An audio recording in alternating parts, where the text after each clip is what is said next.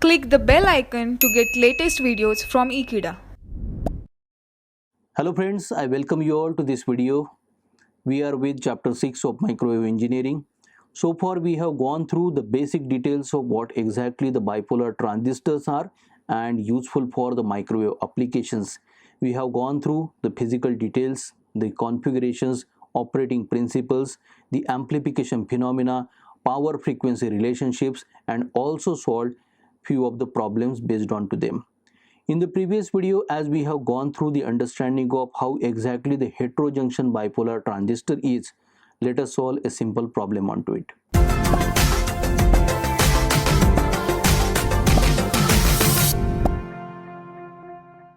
The problem statement for the heterojunction bipolar transistor is given to us, that it is a germanium-gallium arsenide heterojunction transistor has the following parameters.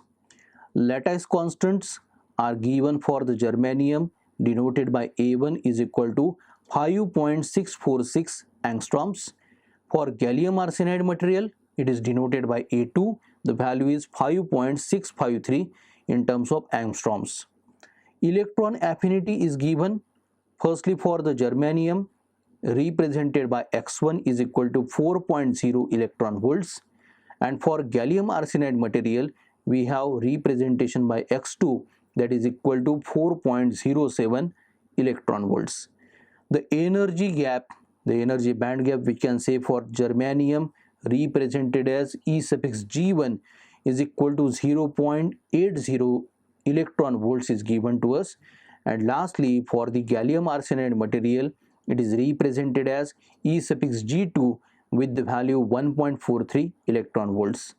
We are asked to determine in the part A the lattice match in the terms of percentage here. In the part B, the conduction band differential between the germanium and that of the gallium arsenide here.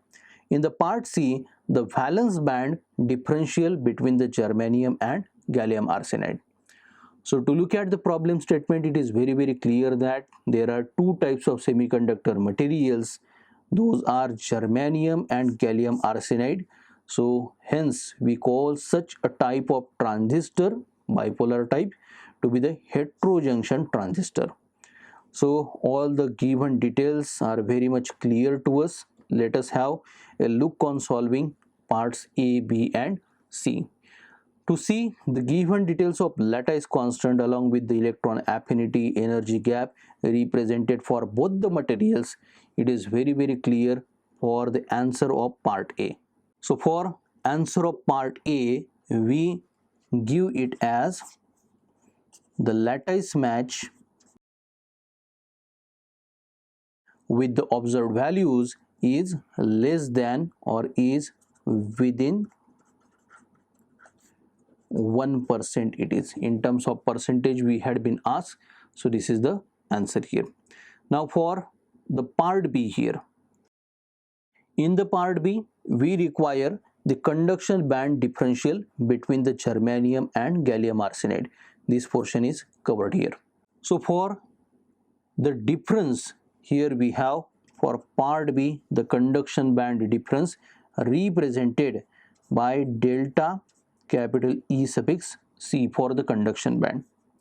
So it will be a simply difference between X1 and X2 corresponding to the two different semiconductor materials given for the heterojunction bipolar transistor. Both the values are available to us, so we can substitute them. So it will become 4.0 minus 4.07 simply.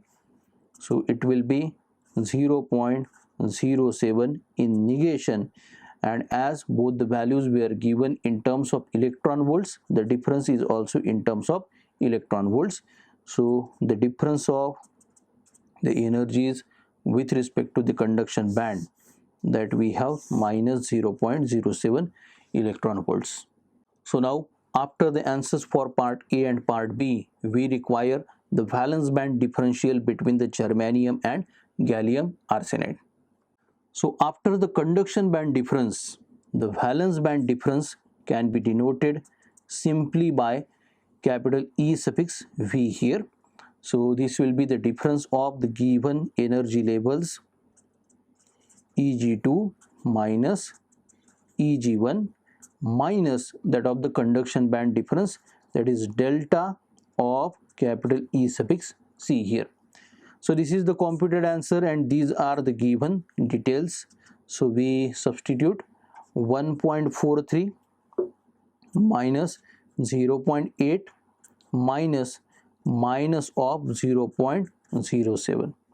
So this all calculation simplifies to the answer for the valence band differential, that it is 0.70. So all the values are in terms of electron volts. The answer is also in terms of electron volts here. So we outline the given answer here. So this way we are covered with all the answers for part A, B and C for the heterojunction bipolar transistors here.